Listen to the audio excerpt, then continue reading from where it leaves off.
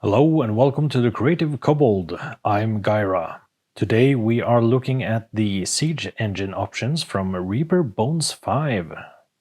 We are going to look at 4 miniatures today.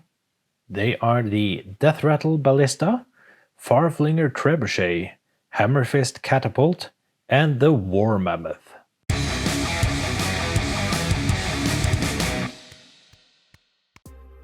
The Deathrattle Ballista is definitely a rather large-sized ballista, though not historically oversized. The miniature is very nicely detailed with gears and rope work and wood grain and all that good stuff.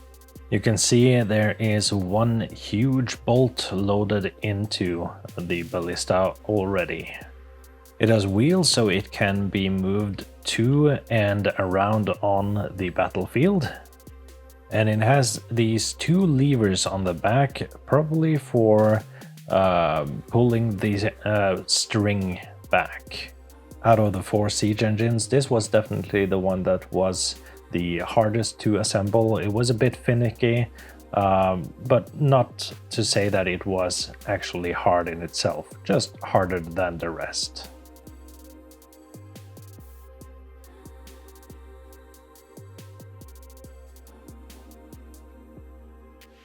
My personal favorite of these 4 miniatures is the Deathrattle Trebuchet. Again, we see lots of great details. There's the wood grain, there's the bolts, we have a lot of rope work, all really nice details. You can even see the stones inside the counterweight. Like the ballista, this one also has wheels, and you can actually see that the sculpt for the wheels are the exactly same as on the ballista. This is actually quite nice because it makes them go together, and you will also see this with the catapult. There are also 5 shields on the left side of the trebuchet. I don't know the historical significance of that, but it is a very nice detail.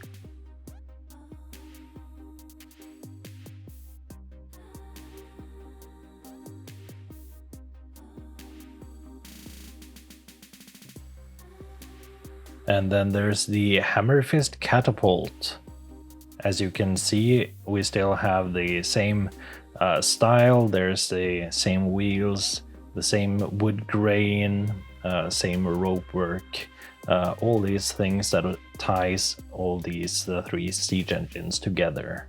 You can even see the same 2 types of levers that the ballista has. This catapult is already loaded with a spherical stone.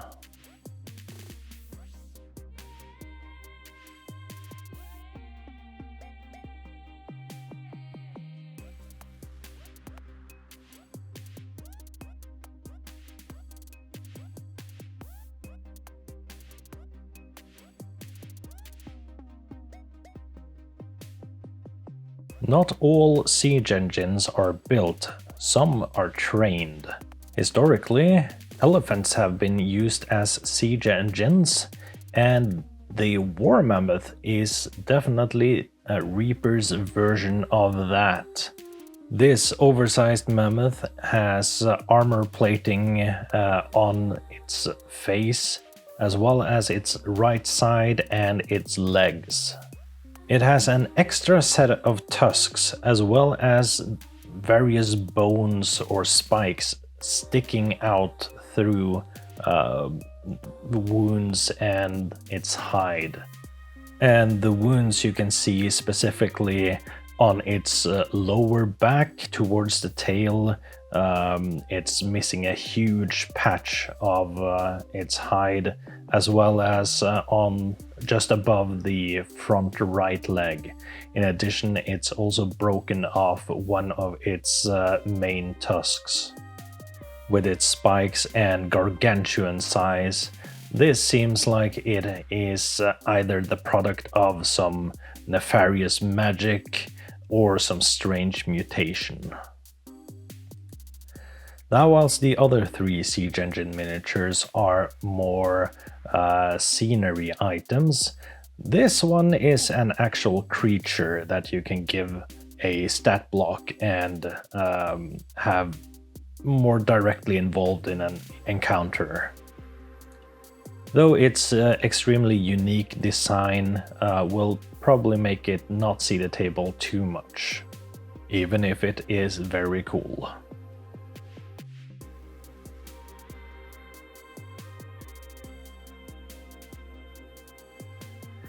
And as for the size, here you can see it next to a WizKids Mammoth from the Icewind Dale Rime of the Frost Maiden pre-painted series.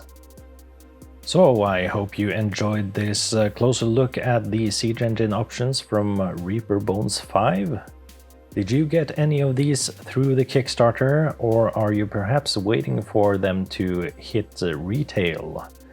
Let me know in the comments below, and as always, remember to like and subscribe, and I'll see you in the next video.